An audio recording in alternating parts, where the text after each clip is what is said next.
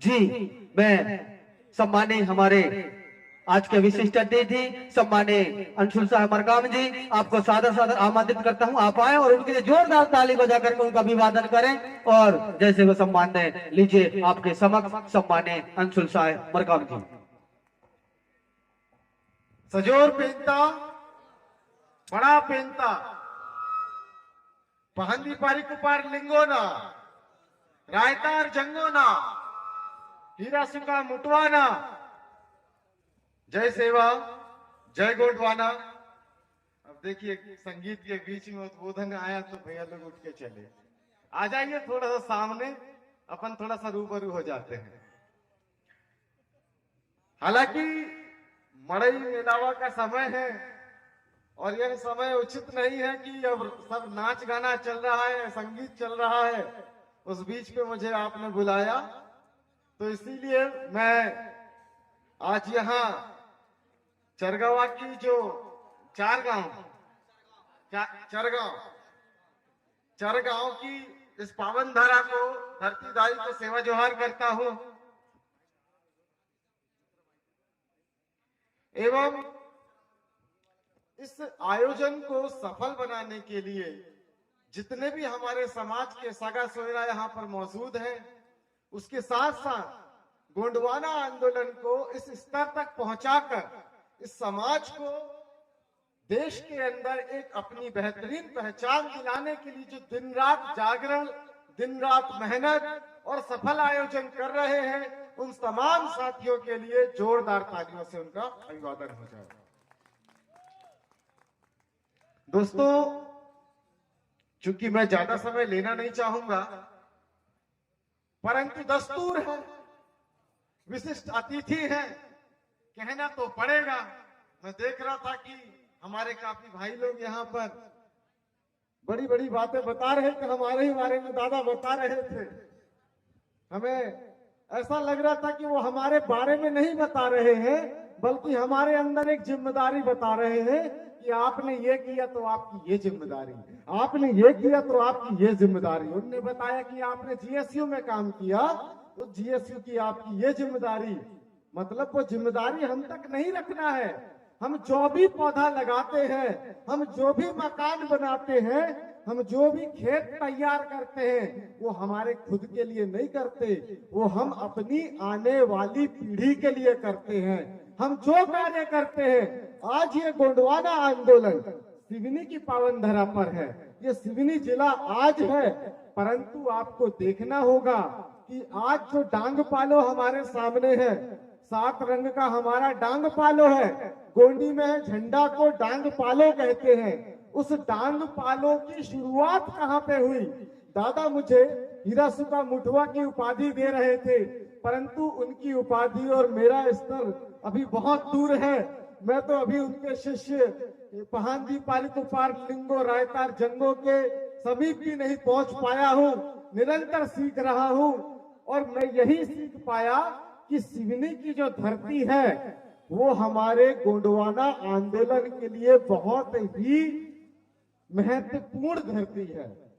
1935 में जब ताज हक गोंडवाना आंदोलन प्रारंभ हुआ तो उस गोंडवाना आंदोलन को प्रारंभ करने के लिए पाटाली रंगेल सिंह भल्लावी ने एक किताब लिखी थी। उसमें पूरे पाटा थे, जिसमें पाटा के अंदर डांग पालो को बताया गया था और वो किताब का नाम था गोंडवाना था महाकल डूब और यह किताब लिखी गई थी 1926 के समय। और उसके बाद इस किताब के बारे में कोया पनेमता सार आचार्य मोतीराव गंगाली दादा की किताब में भी यही बात उल्लेखित हुई थी, जिसपे उन्होंने कहा कि मैं यह जो लिख रहा हूं, यह जो मैं अपनी आने वाली पीढ़ी को देने जा रहा हूं, यह मैंने रंगेल सिंह भल्लावी जी के पाटा से संग्रह किए, उस पाटा के संग्रह से मैंने तैयार किया है और समाज के बीच में रखा है। उसे आज हम वो पाटा जो थे वो पाना पारसी में थे।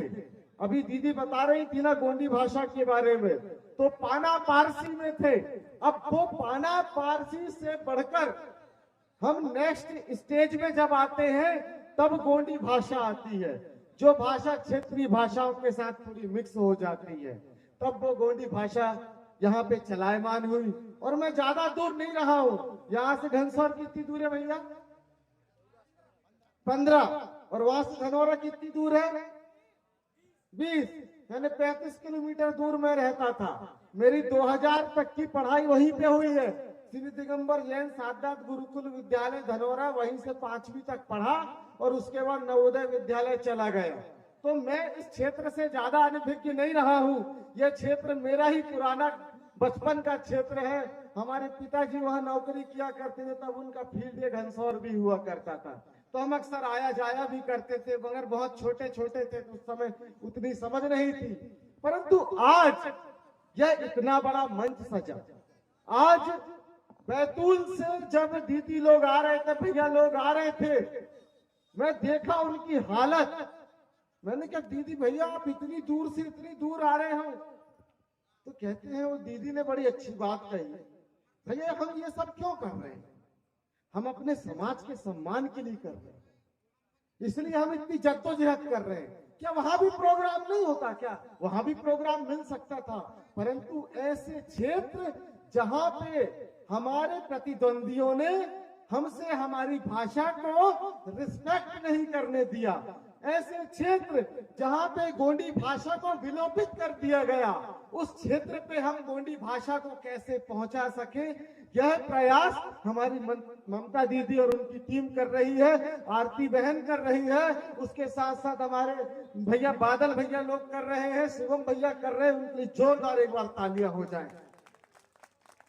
हमारे कुछ भैया लोग यहाँ गुस्सा हो रहे थे कि बड़ा लेट कर दिए, बड़ी देर भाई, बड़ी देर भाई। हमने सोचा इनसे बोलते भैया एक बार खुद जाना जरूर, एक बार होके आना, बैतूल समझ में आएगा। ऐसी ऐसी ऐसी ऐसी ऐसी ऐसी रास्ता है, पूरा दिमाग घूम जाता है। परंतु हमने सोचा कि भैया से एक बार पूछते, भैया कछारगढ़ गए हो कि नहीं? अच्छा कितने लोग यहाँ कछारगढ़ गए हैं? इधर हमारी माताएं बहनें नहीं गए, हमें मातृशक्ति को नहीं ले गए, हमारे भैया लोग नहीं ले गए, पितृशक्ति कैसी मातृशक्ति को लेके ही नहीं गए। तो अगली बार जब भी जाए तो जोड़ा से जाए। हमारी जब मर्मिंग हुई थी तो मर्मिंग के बाद हम पहली बार, लोग कहते कि महीना भर घर से नहीं निकलते, हम जोड़ा से निकल गए। हमने कहा जमाने भर के यहाँ नहीं जाने की बात आप कह रहे हैं, हम कछारगढ़ जाएंगे ही जाएंगे। ज्यादा नहीं, 1 हफ्ता बस हुआ था और हम पहुंच गए कछारगढ़, और 7 दिन हम दोनों ने सेवा दिया वहां पे कछारगढ़ में। हमारे कलिकंकाई दाई के थाने में सेवा दी, पांदी पारी को पर लिंगों के थाने में सेवा दी, समस्त थाने में सेवा दी। और हम ये बात क्यों रख रहे हैं? क्योंकि हमको एक चीज समझना पड़ेगा। हम जब भी उद्बोधन रखते हैं तो सबको क्या सुनना पसंद हो गया है? हमने एक माइंडसेट बना दिया है कि बस चीखो, बस चिल्लाओ, ये उसके ऊपर सवाल उठाओ, उसके ऊपर सवाल उठाओ, उस नेता को बोलो, उस नेता को बोलो, इसको बोलो, उसको बोलो। हम कहते हैं कि हमें किसी को अब नहीं बोलना, हमको सबके प्रयासों को सम्मान करना है, क्योंकि ऐसी परिस्थिति पे भी गोंडवाना आंदोलन खड़ा हुआ है। आज दादा हमारे साथ यहाँ पे मौजूद है। दादा से हमारी मुलाकात सगा सगुम के आयोजन पे हुई थी और उस समय कंगाली दादा भी साथ थी। और उस समय वो सगा सगुम का आयोजन 2013 या 2015 की बात, 13 की बात है जहां तक, 2013 में कंगाली दादा जब आए थे, और उसके बाद कंगाली दादा आए थे और उस प्रोग्राम के बाद वो पहाड़ चढ़े, और पहाड़ चढ़ने के बाद उनको मना भी कर रहे थे कि आपको हार्ट की प्रॉब्लम है, परंतु वो चढ़ गए। और जब वहां पे गए अपने घर तो नागपुर पहुंच के उनकी तबीयत बिगड़ी और उसके बाद वो हमको छोड़ के चले गए। परंतु जो अंतिम क्षण थे, जो भोपाल में थे, तो मैं कंगाली दादा के साथ उसी कमरे में रुका हुआ था। तब कंगाली दादा से बहुत सारी बातें हुई, उन्होंने बहुत सारी किताबें दी। उन्होंने कहा कि आपको तय करना होगा, आपको तय करना होगा कि गाड़ी के 4 पहिए होते हैं, आप किस पहिए में चलना चाहोगे। आपको तय करना होगा कि उस गाड़ी में एक पहिया और होता है जो इमरजेंसी में काम आता है। यानी कि एक गाड़ी में कुल कितने पहिए होते हैं? 5 पहिए होते हैं, जो एक गाड़ी में पहिया अंदर रखा रहता है। तो उन्होंने बताया कि हमारा एक पहिया है आर्थिक पहिया, आर्थिक पहिया, उसके बाद दूसरा पहिया है सांस्कृतिक पहिया, तीसरा पहिया है हमारा सामाजिक पहिया, और फिर चौथा पहिया हमारा शैक्षणिक पहिया, और उसके साथ हमारे पास जो पीछे स्टेपनी में रखा हुआ पहिया है वो हमारा राजनीतिक पहिया है। मतलब समझिएगा, ये कंगाली दादा के विचार समझिए, जिसको मैं आपको आसान भाषा में समझा रहा हूं कि एक व्यक्ति को हम आर्थिक रूप से मजबूत बनाए।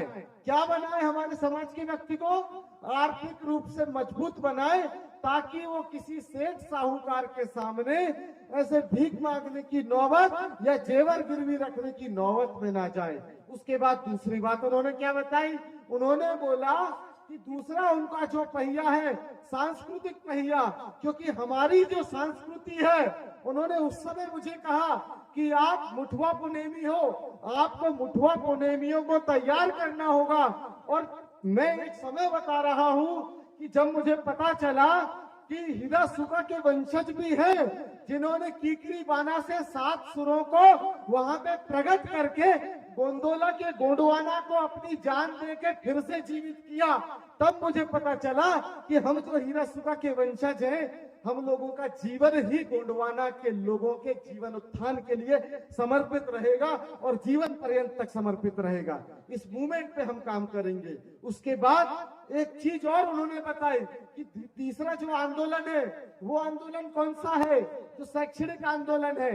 शैक्षणिक आंदोलन मतलब उसको शिक्षा दीक्षा, उसकी शिक्षा दीक्षा मतलब ये नहीं कि बाहर से डिग्री करके आ गया और फटफटी लेके यही गांव वालों को दिखा रहा है कि हमने फटफटी लाए हैं और वो भी कर्जा लेके लाए हैं। ऐसा शिक्षा नहीं, बल्कि शिक्षा ऐसा जिसमें कि वो इस समाज के गरीब बच्चों का उत्थान कैसे हो, इस विचार को लेके चल सके। उसके साथ साथ एक और पहिया कौन सा था? एक और पहिया सामाजिक पहिया, जिसपे हम अपने कुटुंब कबीला में